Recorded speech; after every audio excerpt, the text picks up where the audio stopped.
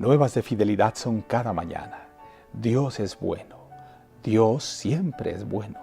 Les saludo con cariño, su amigo y servidor, Pastor Pedro R. Olivares. Bienvenidos a nuestro pan cotidiano. Deseamos que la bendición de nuestro Padre Celestial sea con todos y cada uno de ustedes. Amante Padre, guíanos en el estudio, en la reflexión de tu bendita palabra en esta hora. Padre, llena nuestras vidas, llena nuestro corazón de fe, de esperanza y de amor. Que tu palabra sea eficaz en nuestra vida. En el nombre poderoso de Jesús lo agradecemos todo. Amén, amén y amén. Hoy te presento, debe trabajarse el terreno barbecho del corazón humano. Sembrad para vosotros en justicia, segad para vosotros en misericordia, haced para vosotros barbecho, porque es el tiempo de buscar a Jehová hasta que venga y os enseñe justicia. Oseas capítulo 10, versículo 12. Deseo exhortar a los que están en posiciones de responsabilidad, que despierten a su deber y que no pongan en peligro la causa de la verdad presente, ocupando a hombres y a mujeres que son incompetentes para hacer la obra de Dios. Queremos a los que están dispuestos a entrar en nuevos campos y a trabajar enérgicamente para el Señor.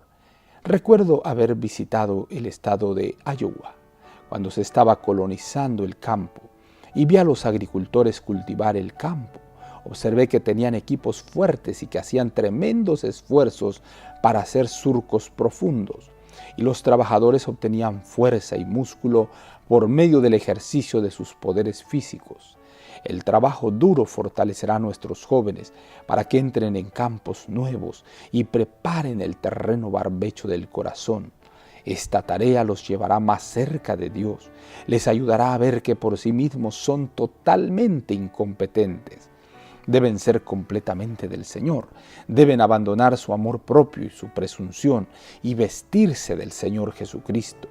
Cuando hagan esto estarán dispuestos a salir fuera del campamento y llevar las cargas como buenos soldados de la cruz. Obtendrán eficiencia y aptitud al dominar las dificultades y vencer los obstáculos. Se necesitan obreros para posiciones de responsabilidad, pero deben ser quienes han dado una prueba completa de su ministerio en su disposición a llevar el yugo de Cristo. El cielo considera con beneplácito esta clase de obreros. Les amonesto para que tengan el colirio, para que puedan discernir lo que Dios quiere que hagan. Se predican muchos sermones sin Cristo. Un conjunto de palabras sin poder solo confirma a la gente en sus recaídas.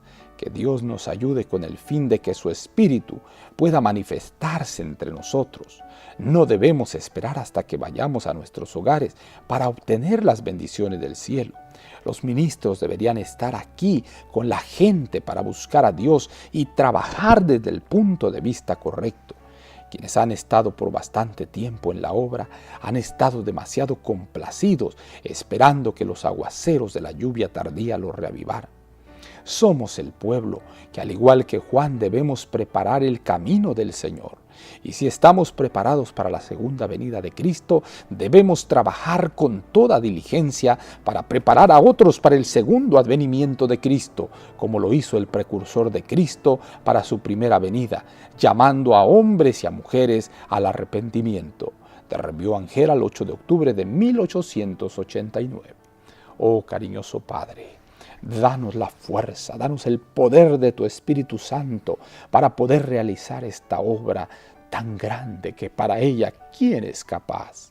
Oh Señor, solo llenos de tu Espíritu Santo cumpliremos esta divina comisión. Toma nuestros corazones, toma nuestro ser entero, hágase tu voluntad. Quédate nuestra mente, quédate nuestro corazón. En el nombre, los méritos sacrosantos de Cristo Jesús lo agradecemos todo. Amén, amén y amén. Jehová te bendiga y te guarde.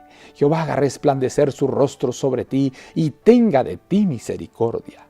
Jehová alce a ti su rostro y ponga en ti paz. No lo olvides, conserva una sonrisa en tus labios, una oración en la mente y una canción en el corazón. Hasta la próxima.